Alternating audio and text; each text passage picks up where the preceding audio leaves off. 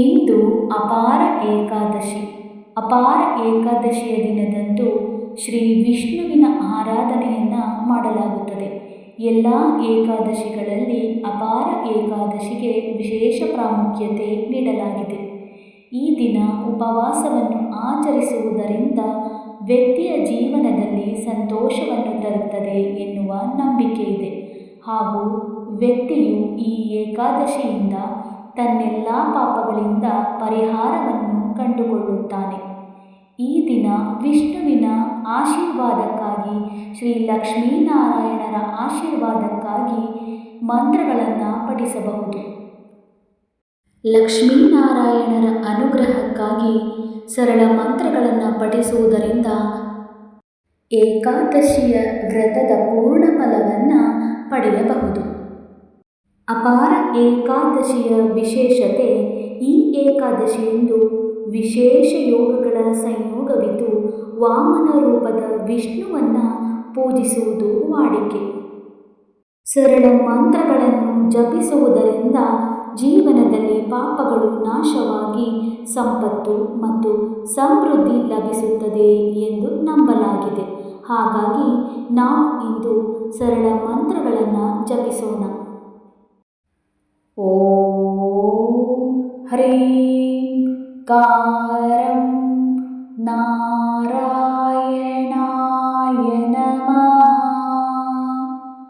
ಓಂ ಹ್ರೀಂ ಕಾರಂ ನಾರಾಯಣಾಯ ನಮಃ. ಓಂ ಹ್ರೀಂ ಕಾರಂ ನಾರಾಯಣಾಯ ನಮಃ.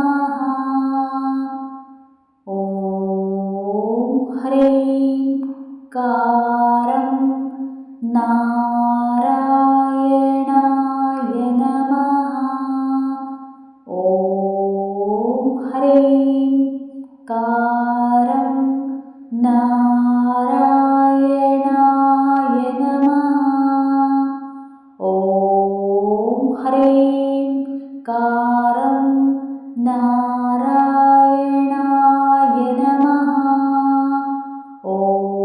ಓಂ ಹ್ರೀಂ ಕಾರಂ ನಾರಾಯಣಾಯ ನಮಃ. ಓಂ ಹ್ರೀಂ ಕಾರಂ ನಾರಾಯಣಾಯ ನಮಃ. ಓಂ ಹ್ರೀಂ ಕಾರಂ ನಾರಾಯಣಾಯ ನಮಃ. ಓಂ ಹ್ರೀಂ ಕಾರಂ ನಾರಾಯಣಾಯ ನಮಃ. ಓಂ ಹ್ರೀಂ ಕಾರಂ ನಾರಾಯಣಾಯ ನಮಃ. ಓಂ ಹ್ರೀಂ ಕಾರಂ ನಾರಾಯಣಾಯ ನಮಃ. ಓಂ ಹ್ರೀಂ ಕಾರಂ ನಾರಾಯಣಾಯ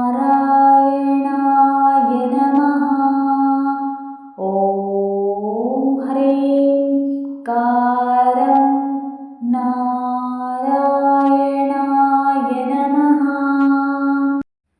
ಓಂ ಹ್ರೀಂ ಕಾರಂ ನಾರಾಯಣಾಯ ನಮಃ.